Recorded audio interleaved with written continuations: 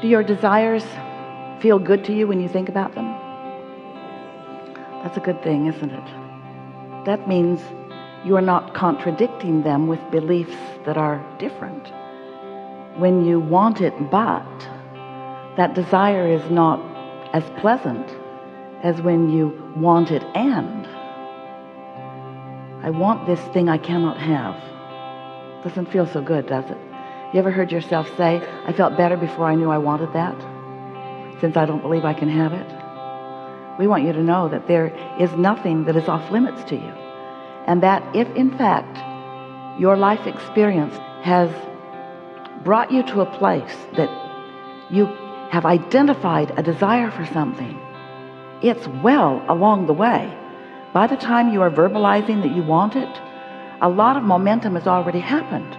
A lot of important momentum that you, beautiful humans, in your human form, don't count usually, because you don't account for the momentum of contrast that caused you to put it together vibrationally bit by bit. You often don't account for all of the momentum that happened even before you were fully realizing that you wanted it. So by the time you are verbalizing, I really want this, when that idea comes to you, that fresh idea that felt so good for a minute, before you killed it with your doubt, that exhilarating feeling of recognizing that you have a desire for something, the majority of the momentum and the attraction power has already taken place. And now the bringing it into your realization, where you can see it and hear it and smell it and taste it and touch it, that's really the easy part. But so often you don't realize that because, dear hearts, you hold yourself in a holding pattern unnecessarily. You hold it away from you without meaning to, for one very simple reason. We're going to give it to you right here in the beginning. You want to know why you don't allow your desires to come to smooth and fast and easy fruition? It's because you're looking into the physical world where you want it to show up, and if it isn't there, then your awareness that it isn't there is what slows it down and keeps it from coming. Isn't that interesting? Because you get what you think about. So you want to ask yourself, am I thinking more about it being here, or am I noticing more that it isn't here yet? And you can sort of tell by the conversation that you hear coming out of yourself. Things like, I'll be glad when it gets here, or I'll be happy when such and such happens, then I will really be happy. And so if it's then, not now, think about it, then feel what's going on in your vibration. If it's later, not now.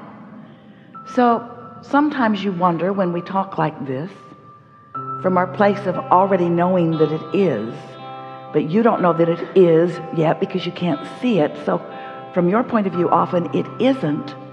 Well, which is it? Is it or isn't it? Because it can't be both. And if you think that it isn't yet, then your vibration is different than if you accept that it is. You see what we're getting at? Sometimes we ask you to feel happy about it in its evolving, and you want to say, okay, but I'll be happier when it gets here. And we say, that's a little tricky, isn't it? Because are you more absence of it aware or presence of it aware? And this is really what we want to talk about, because it exists and it does have a vibrational presence, even though you have not yet allowed yourself to see it and hear it and smell it and taste it and touch it. Still, it exists. And so if you can feel it in its becoming rather than in its absence, it's sort of like, do you ever get in a car and take a trip somewhere?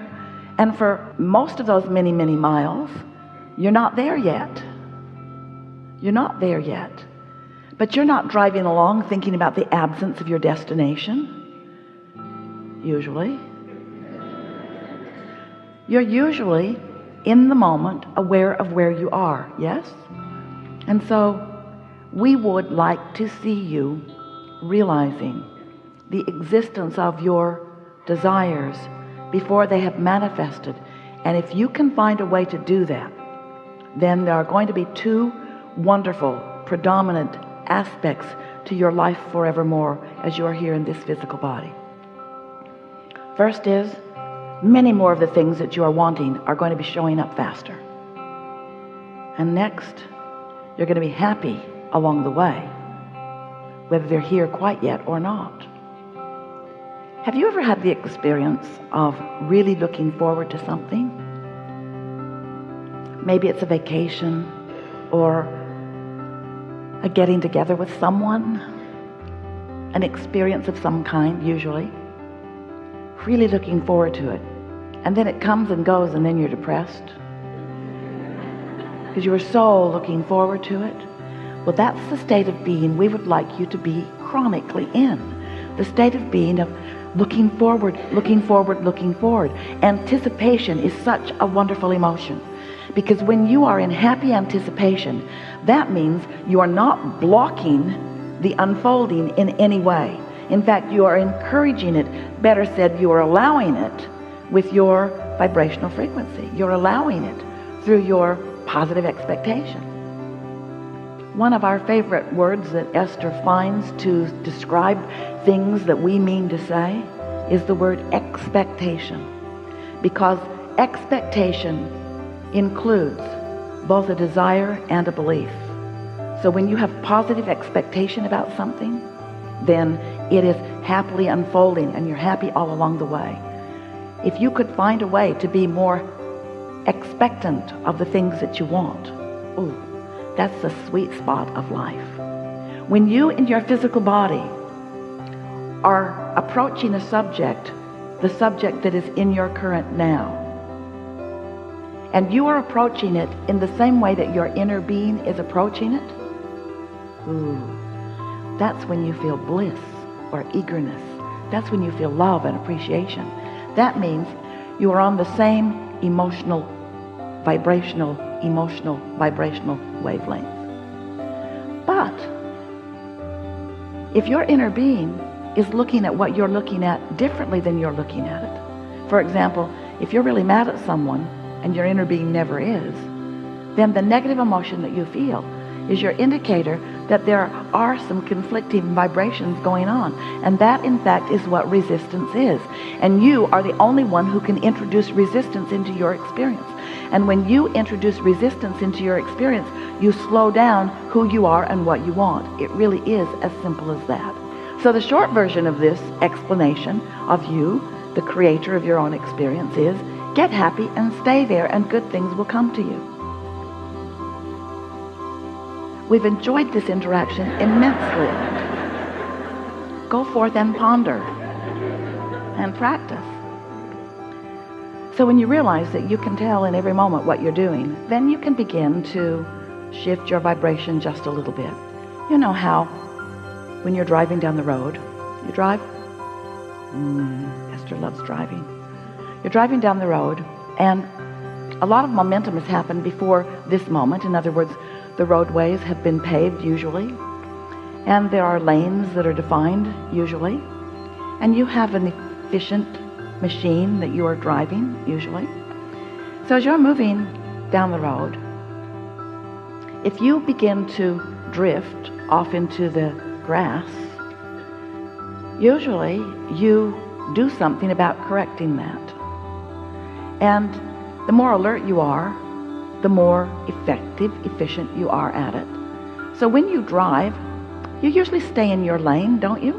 And you usually don't drive over the top of the car in front of you.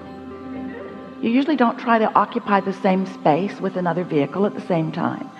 You've learned some of it, but you intuitively know how to place yourself as you're moving along. The other morning, Esther awakened. Well, we should tell you what happened before that. She went to sleep before she awakened. We should tell you what happened before she went to sleep. She watched television. Dun, dun, dun. She was watching something to do with the political stuff. And then she thought, I can't take it anymore. And she turned it off. And she went to sleep in resistance, yes? But while she slept, her vibration cleared. That's what always happens. And then when she awakened, she was still in that clear place for a minute. And then she received a sort of disturbing phone call about something not very important, but important enough. Dun, dun, dun. And then she thought, ooh, this is the beginning of a new day. I'm going to take care of this right now. In other words, like correcting your driving, not off in the grass. So she brushed her teeth and sat to meditate. Meditated for 15 minutes. Came back into that clear space and stayed there for a little while until she checked her email. Dun, dun, dun. And then she says, oh no, not this. I'm going to focus with clarity. Now what we're getting at is, this is not so different than driving down the road, is it? In other words, you do something about it. Because if you're driving down the road and you're not watching what you're doing, and you end up off in the grass, and you don't do something about bringing yourself back into your lane, and now something more happens, and something more happens, and something more happens, and something more happens, you could bring yourself to a lot of trouble. Momentum sort of happens that way, doesn't it? Here's another way of looking at it. If you're driving across a big wide roadway in a very effective car, and there's not much going on around you, you could be a little lackadaisical, sloppy in your driving just a little bit, couldn't you? Ever drive with your knees? Ever change places with someone else while you're driving? Sometimes you feel comfortable, and so you don't feel like you need to be so attentive to what's happening, because there isn't some momentum that's going to be to your disadvantage. But what if you're driving on a mountain road and there are sharp drop-offs? Don't you pay more attention to what you're doing? Are not some roads you drive on a little riskier than others? And some subjects you think about are a little riskier than others. Now, we're not saying avoid the subjects that might take you off in the grass. We're not saying that. We're saying when you're approaching those subjects, be clear about who you are. Because it's not what you do so much in a correcting sense that matters vibrationally. It's the preparation you have made in advance. It's how ready you are. It's how much you care about being in alignment. That really is the secret to the success of manage your own vibration. Do you acknowledge that you are the creator of your own reality? Have you come that far? And do you understand that law of attraction abounds and is responding to your output all of the time? And do you understand that what comes back to you is because of the output? In other words, what you're broadcasting and what you're receiving are the same thing. So it matters what you think, doesn't it? It matters a lot. Do you find yourself sometimes being a reactor to what's going on in your experience? It's interesting, isn't it? To be living in a world with so many others who are creating their own reality. Because it is not the easiest thing to navigate in all of that vibrational current and maintain your own frequency unless you've practiced it a bit. And that's really what we're talking about in all of the hours that we are together with all of you. Many of you are here at your first seminar, but you are not new to these ideas. And it is our expectation that as we move forward together today, that the things that you will talk about, that you're wondering about, and the things that we have to say about it, and the things that others in the room will think about it as we're having the conversation, is going to move this conversation of personal creation into a whole new place of understanding for you. The most important thing that we want you to understand, and it's easier at sometimes to accept this than others, is that things are always working out for you. And the reason that we know that to be true is because we know who you are. We know who you were before you came into these bodies, and we know who this life has caused you to become. We see the vibrational version of you, the vibrational version that life has caused you to be, the vibrational version that you are now because you want to feel good, meaning to live up to. That's the part of you that we know best. But it does not mean that we are not aware and lovingly aware of where you stand in relationship to that evolved and expanded being.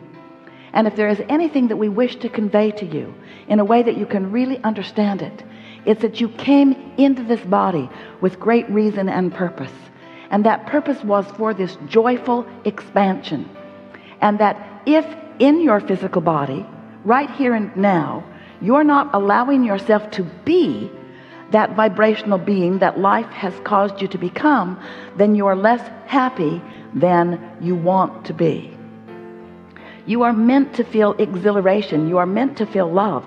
You are meant to feel passion. You are meant to be excited about life. You are meant to attract wonderful things and experiences and others into your life experience. Life is supposed to feel good to you. That was your plan. And if it isn't feeling good to you, just not now, or maybe often, then something is amiss in your vibration. And we know for sure that it's a simple misunderstanding on your part. We know that you have diverged from the understanding of worthiness about yourself. And so that is our reason for playing with you in this way. We want to help you to feel who you really are. And we want you to stop beating up on yourself for anything that you have not yet figured out how to allow into your experience.